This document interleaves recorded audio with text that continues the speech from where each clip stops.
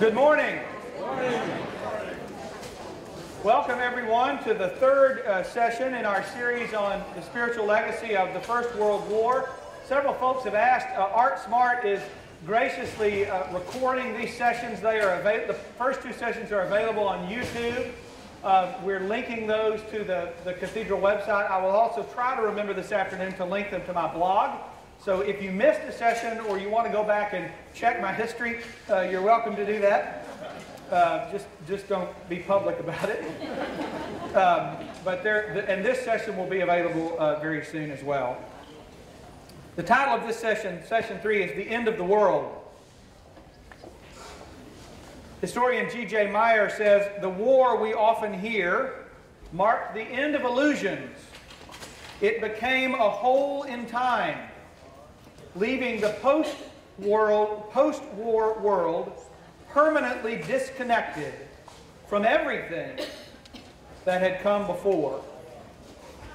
We can't begin to understand this quote unless we recall what the world looked like in the 2 decades leading up to the First World War. It was what we now call, and what actually was self-consciously called even then, the Progressive Era. 40 years after Charles Darwin's On the Origin of Species had been published, its ideas had leapfrogged from biology into all spheres of life. The world and everything in it was no longer understood to be static. Things were dynamic. They were evolving. They were moving towards something better than before, and the better was understood to be for all people. It's difficult for us to grasp just how revolutionary this was. So, here are just a few of the accomplishments in the United States during the Progressive Era. Labor unions, such as the American Federation of Labor, emerged to counter the power of management. Previously, labor had been used and used up, having no recourse at all to deadly working conditions other than to walk away and have one's family starve. Relatedly, the nation's giant monopolistic trusts were broken up to ensure, or at least to move toward, both fair competition and fair pricing for ordinary consumers. It is sometimes forgotten that the breakup of the monopolies was in favor of a free market in order to ensure fair competition and fair pricing for ordinary consumers. In 1892, the Democratic Party adopted a plank supporting a legal factory working age of 15. Now that sounds awful until you understand that until then there was no legal factory working age, right?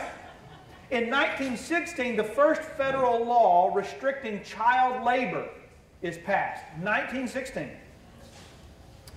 In 1906, the Pure Food and Drug Act, spurred by Upton Sinclair's horrific novel, The Jungle, gave Americans the first assurance that they weren't being poisoned by their own food supply.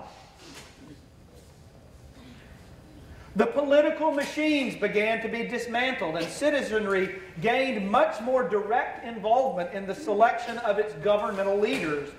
1908, the year 1908, saw both the first presidential primary and the ratification of the 17th Amendment, creating the direct election of U.S. senators. Until 1908, United States senators were elected by state legislatures, not by the people. And there was a new recognition of the finitude of our environmental resources and a desire to conserve our good land. Teddy Roosevelt set aside millions of acres as national parks and wildlife refuges. But the revolution was not only social, it was also industrial and mechanical. Alexander Graham Bell had introduced the telephone to the world at the Philadelphia World's Fair in 1876. I have since learned that my great-grandfather, Ira Griffin Killow, for whom my son Griffin Killow Thompson is named, went to that World's Fair. He was there. In the 1890s, Marconi had debuted and perfected the wireless telegraph. The Wright brothers flew their airplane at Kitty Hawk on December 17, 1903. And Henry Ford built his first car in 1896 and introduced the Model T, the first popular and affordable car for the masses, in 1908, perfecting the factory assembly line in the process. Now, of course, we'll see momentarily that all of these technological and industrial advances would soon have their shadow side as well. These revolutionary changes in all areas of life were so swift and incredible that theology and philosophy had trouble keeping up. But keep up they did. The preeminent American theologian in the first decade and a half leading up to the First World War was a fellow named Walter Rauschenbusch. One of the greatest accomplishments of my undergraduate career was memorizing how to spell his last name. R-A-U-S-C-H-E-N-B-U-S-C-H.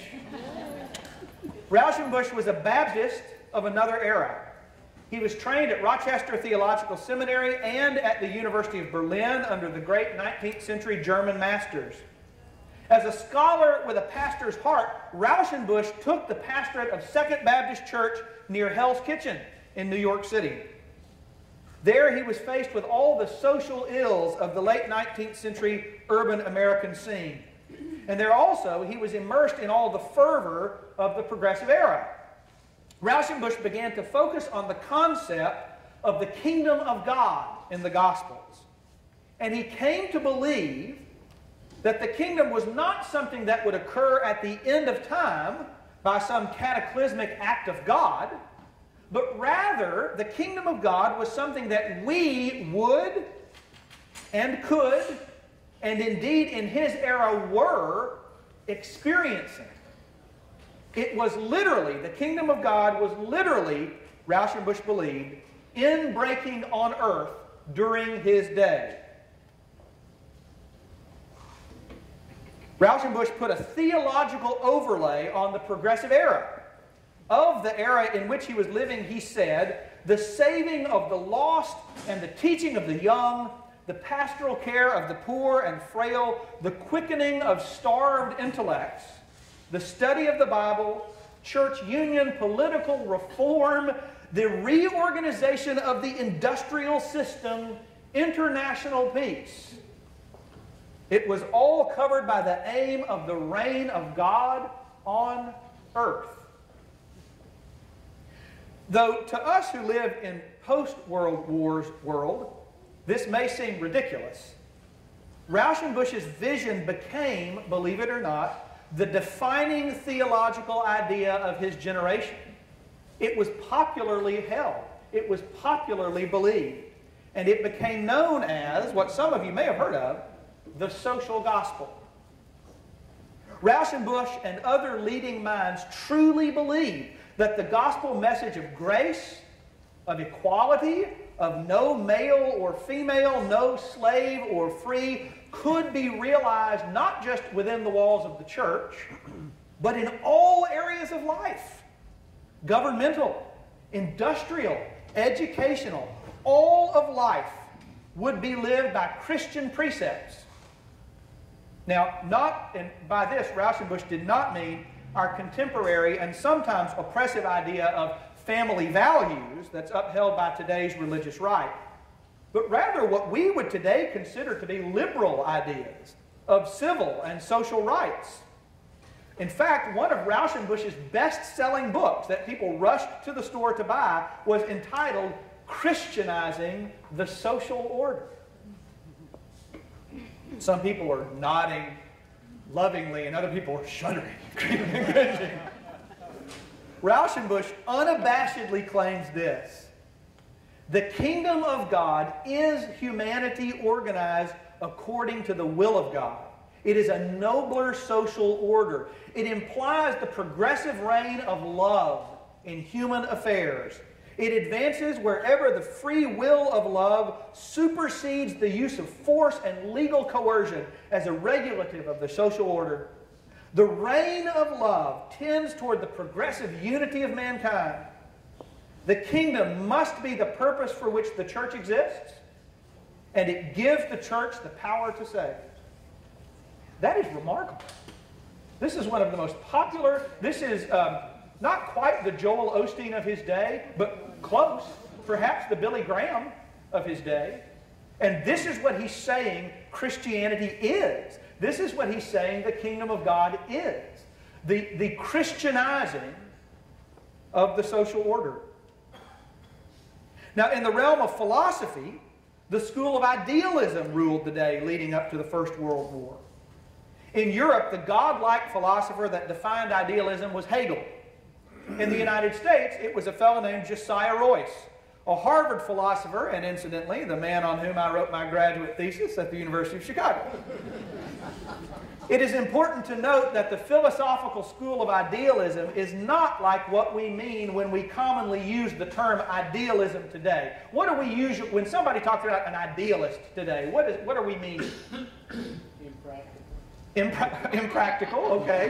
What would be a positive spin on that word? An optimist.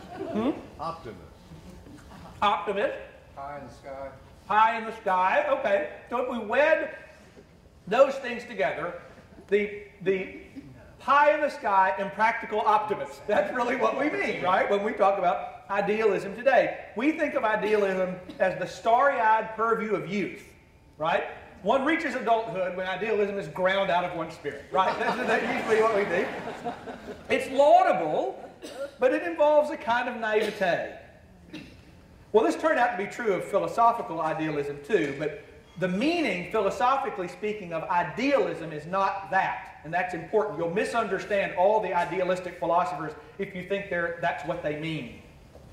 Philosophical idealism is the notion that ideas are truer than materiality.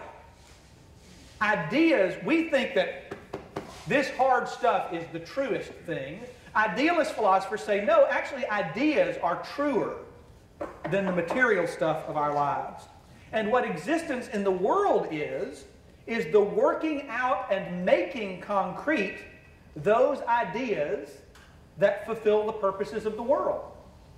So you can see actually how this idea meshed with the progressive era and even with the social gospel. If the idea, the kingdom of God, is the truest thing, then life is working out that idea and making it concrete. Does that make sense? The progressive era was the pinnacle of this way of thinking. All the labor laws, food protection, environmental awareness, all those things seemed to be the good and true end of history. They were the working out of these true ideas. Idealism was the philosophical counterpart to Walter Rauschenbusch's belief that we were nearing the realization of the actual kingdom of God.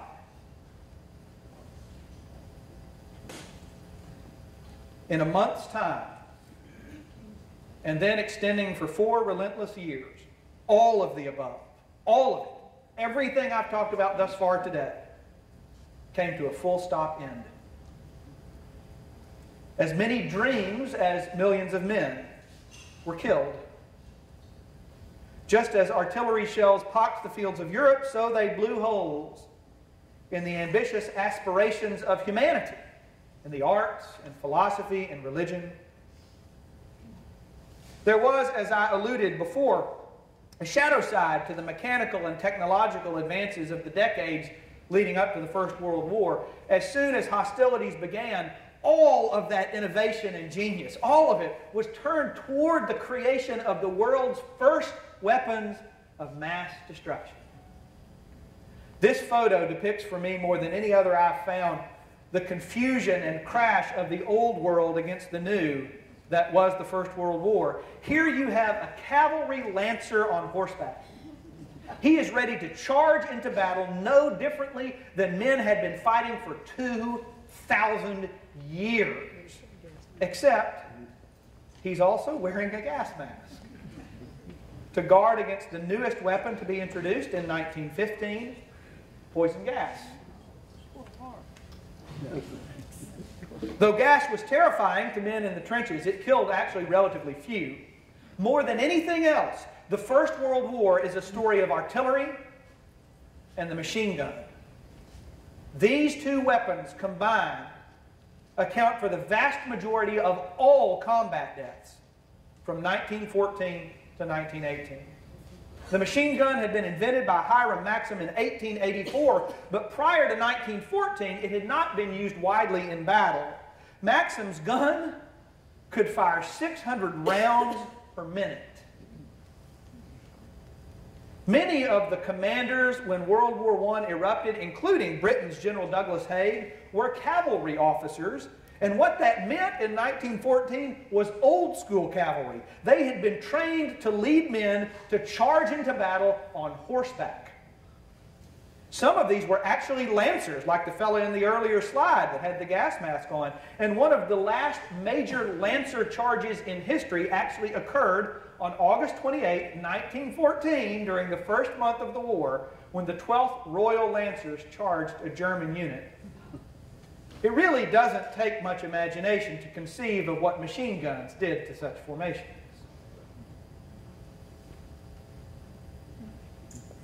Artillery was even worse. And it became worse still as the war went on. The tactic became that an attacking force would unleash a several hours or several days artillery barrage before sending men over the trenches. And when these shells hit their mark, thousands of men were vaporized.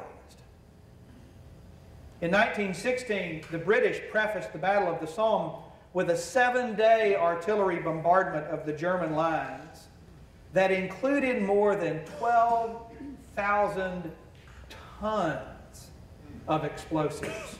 Not 12,000 explosives, 12,000 tons of explosives. The barrage crescendoed on July the 1st when the pounding was so immense, get this, that it could be heard in London 300 miles away across the English Channel. Add to this airplanes, which by the end of the war included the famed Sopwith Camel, and grenades, and flamethrowers, and poison gas, and tanks, and submarines, and you have a world that must have seemed like a science fiction horror story come to life for those who found themselves caught up in it. One commentator says that the First World War, think about this, is the only war thus far in history in which every combatant nation was readily willing to use everything at its disposal to kill the enemy. The only possible exception is the Iran-Iraq War in the 1980s. Even Hitler refused to use mustard gas on the battlefield.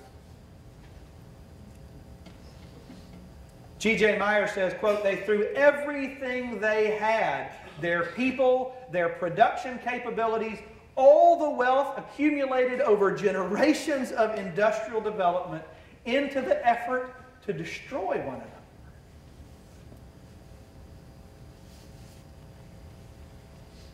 another." Walter Rauschenbusch died on July the 25th, 1918, just 4 months before the armistice that ended the war.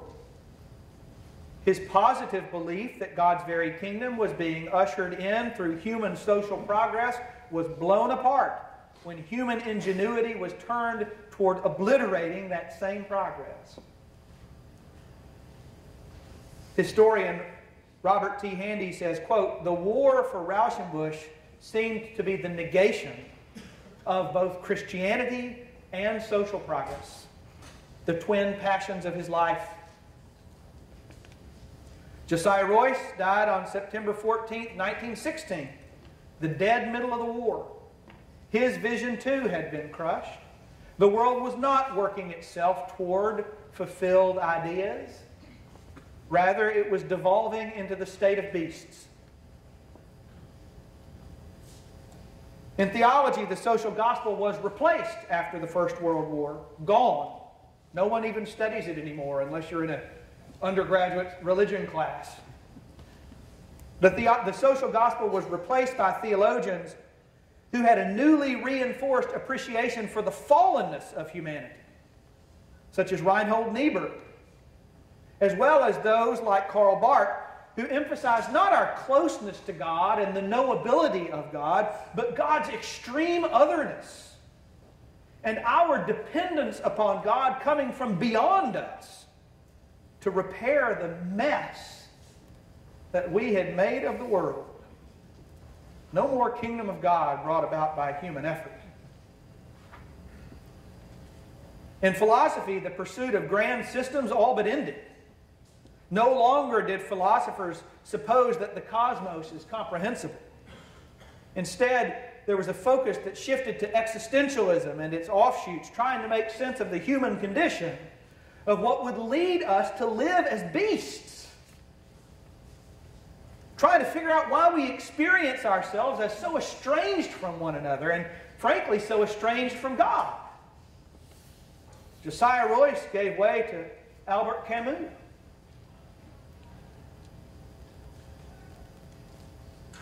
Like so much else, art in the decades leading up to the First World War was ambitious and hopeful. In the midst of war and after, however, the fragmented world was captured as new schools of art emerged. Commentator Reed Johnson points out, quote, cynicism toward the ruling classes and disgust with war planners and profiteers led to demands for art forms that were more honest and direct, less embroidered with rhetoric and euphemism. During World War I, surrealists and expressionists devised wobbly, chopped-up perspectives and nightmarish visions of fractured human bodies and splintered societies slouching toward moral chaos. Dystopian images supplanted utopia. Fragmentation took the place of seamless and harmonious wholes. Savagely critical drawings replaced humor. And anyone who's taken Modern Art 101 knows this painting in the middle. This style would reach its zenith in the wake of the Spanish Civil War a few years later with Picasso's famous painting, Guernica.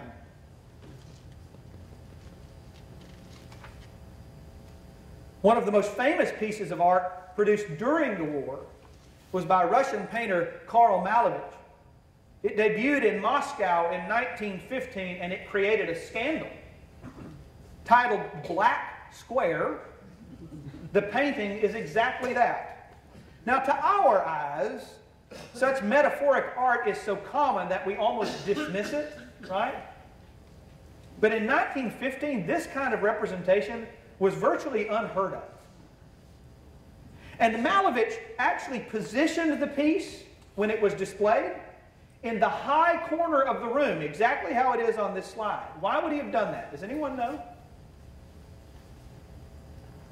Because in Russian Orthodox homes, that is the space reserved for sacred icons. Windows to God. Malevich's intention was clear. There was no God to whom to pray. In the world of the First World War, there was only the abyss. There was only blackness. Now, even among those who know very little about the Great War, often there is an awareness of the war poets. And at the beginning of the war, young men full of martial courage and patriotic fervor penned elegiac poems about heroic sacrifice and the love of home. And one of the best known of those poems is that of Rupert Brooke, written in 1914 as Brooke headed off from home to war. If I should die, think only this of me, that there's some corner of a foreign field that is forever England. There shall be in that rich earth a richer dust concealed, a dust whom England bore, shaped, made aware, gave once her flowers to love, her ways to roam, a body of England's breathing English air, washed by the rivers, blessed by sons of home. And think this heart, all evil shed away, a pulse in the eternal mind, no less. Give somewhere back the thoughts of by England given, her sights and sounds, happy as her day, and laughter learnt of friends, and gentleness in hearts at peace under an English heaven. It is, if not beautiful, then surely sweetly sentimental. However, Brooks's own demise just a few months later is indicative of the crass and bloody way such sentiments were quickly blown apart. He died not in glory, but of blood poisoning from an infected mosquito bite on a troop ship headed for Gallipoli. Poems that were the antithesis of Brooke, which were either themselves perverse or else exposed the perversity of Brooks's naivete, began to emerge from the trenches. And these are the poems that still define the war. We read Wilfred Owen's Old Man and the Young 2 weeks ago. Here is Dulce et decorum est, which sarcastically invokes a portion of the first line from the Roman poet Horace's Dulce et decorum est pro patria mori, or it is a sweet and fitting thing to die for one's country. This is just a portion of the poem. Gas, gas, quick boys, an ecstasy of fumbling, fitting the clumsy helmets just in time, but someone still was yelling out and stumbling and floundering like a man in fire or lime, dim through the misty panes with thick green light, as under a green sea I saw him drown. In all my dreams, before my helpless sight, he plunges at me, guttering, choking, drowning. If in some smothering dreams you too could pace behind the wagon that we flung him in and watch the white eyes writhing in his face, his hanging face, like a devil sick of sin, if you could hear at every jolt the blood come gargling from his froth-corrupted lungs, obscene as cancer, bitter as the cud of vile, incurable sores on innocent tongues, my friend, you would not tell with such high zest to children ardent for some desperate glory the old lie, dulce et decorum est pro patria mori.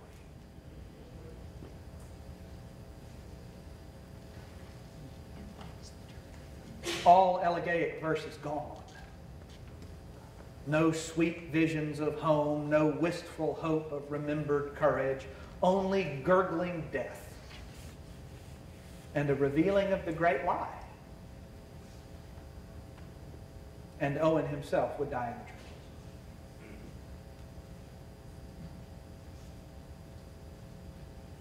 the trenches. In literature produced after the war, sometimes decades after, the experiences and images of the war branded upon those who experienced the trenches either led the authors to intertwine those experiences in their new understanding of reality, or else to block them from their consciousness entirely. C.S. Lewis took the latter approach. His weird, almost non-existent reference to the First World War, a war in which he was injured and in which his best friend, Paddy Moore, was killed, perplexes Lewis scholars to this day. As many of you know, Lewis did yeoman's work during the Second World War, making regular radio addresses that helped his fellow British make sense of the struggle against Hitler and find evidence of God's providence and grace in the midst of falling bombs. But of the First World War, he could make no sense. And so he blocked it from his mind. Alistair McGrath says, Lewis could not bear to remember the trauma of his wartime experiences, whose irrationality called into question whether there was any meaning in the universe at large, or in Lewis's personal existence in particular. Now, those who've read Lewis's memoir, Surprised by Joy, do know that after the war, Lewis embarked on a quest for meaning that eventually moved him from atheism to faith. In Surprised by Joy, Lewis only refers to the impact of the war in passing, but the references sear. He refers to the horribly smashed men still moving like half-crushed beetles, the sitting or standing corpses, the landscape of sheer earth without a blade of grass. He even briefly admits his successful attempt not to make sense of the war, but to just block it out. Lewis says that the war shows rarely and faintly in my memory and is cut off from the rest of my experience. Alistair McGrath adds, this is perhaps the most distinctive feature of Lewis's treaty with reality, the construction of a frontier, a psychological barrier which protected Lewis from such shocking images and allowed him to continue his life as if these horrors had been experienced almost by someone else. Lewis spun a cocoon around himself. It is telling about just how traumatic the First World War was that this man, who spent the rest of his life stressing the importance of being vulnerable to the world and thereby to God, could not even crack the door of vulnerability toward his own wartime experience. J.R.R. Tolkien, who, like his friend C.S. Lewis, served in the trenches, wove his wartime experiences deeply into his work. Any Lord of the Rings fans in the room? Oh, good. You'll like this. The world of Middle-earth was, in fact, a fantastic version of the world still living in the aftermath of the Great War. A world in which evil had been halted, but not defeated. A world which was soon to suffer all over again. Sound familiar, those of you who've read The Fellowship of the Ring? As an example, Tolkien remembered the mud and death that he experienced at the Battle of the Somme so vividly that he used it as the model for the Dead Marshes years later when he wrote Lord of the Rings.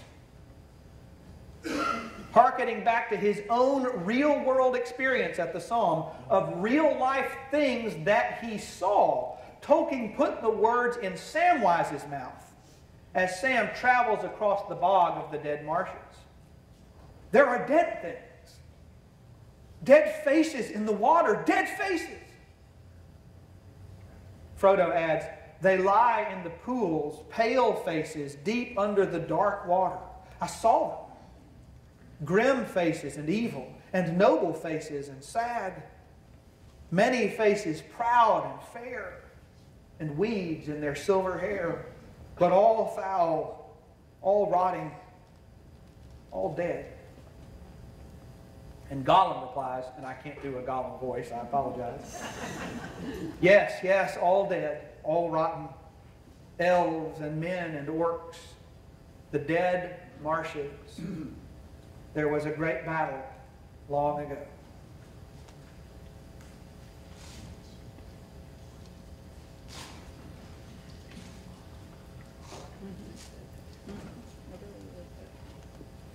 In literature, Ernest Hemingway's A Farewell to Arms is perhaps the quintessential example of how World War I upended all of our hopes and expectations. In it, Frederick Henry, an American who joins the Italian army as an ambulance driver, as Hemingway himself truly did, falls in love with English nurse Catherine Barkley. Spelled the same, no relation. Frederick returns to the front after recuperating from an injury, only to see the Italians decimated by the Austrians at Caporetto. By the way, virtually the only battle in the entire war in which the Austrians decimated anybody. But the Austrians decimate the Italians at Caporetto. And a chunk of the book, the middle chunk of A Farewell to Arms, at great length narrates the Italians' massive and confused and panicked retreat. Hemingway wrote A Farewell to Arms 10 years after the war had ended. And the retreat from Caporetto is, in my reading, and I'll admit, only my reading, a metaphor for the retreat of civilization, for the panic and confusion of humanity in the face of its own self-inflicted destruction. But after that section, after the retreat has happened, Hemingway's novel takes a turn that we, as educated readers of fiction who understand the way that story arcs are supposed to work, expect it to take. Frederick and Catherine they reunite, and they make a harrowing escape to Switzerland. They hole up in a snow-covered chateau, and Catherine discovers that she's pregnant. The two young lovers nuzzle with and nurture one another as they hunker down throughout that winter, awaiting spring and the birth of new life. By the time Catherine goes into labor, the winter snows have turned to rain. Those who watched the movie last night, the thaw has come. They go to the hospital in anticipation. Catherine is wheeled back as, of course, Frederick waits in the waiting room. And word comes back that the baby is born dead. And then Catherine hemorrhages and dies. Frederick and the reader stop to protest. Wait! It's not supposed to end that way. And yet it does. See, the pre-war storylines, they don't work anymore. Expected endings. Endings that make way for new life are preempted. Nascent hopes are killed before they can even be born. The old world has died, and the new world is confusing and dark. What does this mean for us? Well, return next week for our final session. And we'll discuss what this world looks like 100 years later and how we might be about relighting the lamps that were snuffed a century ago. Thank you.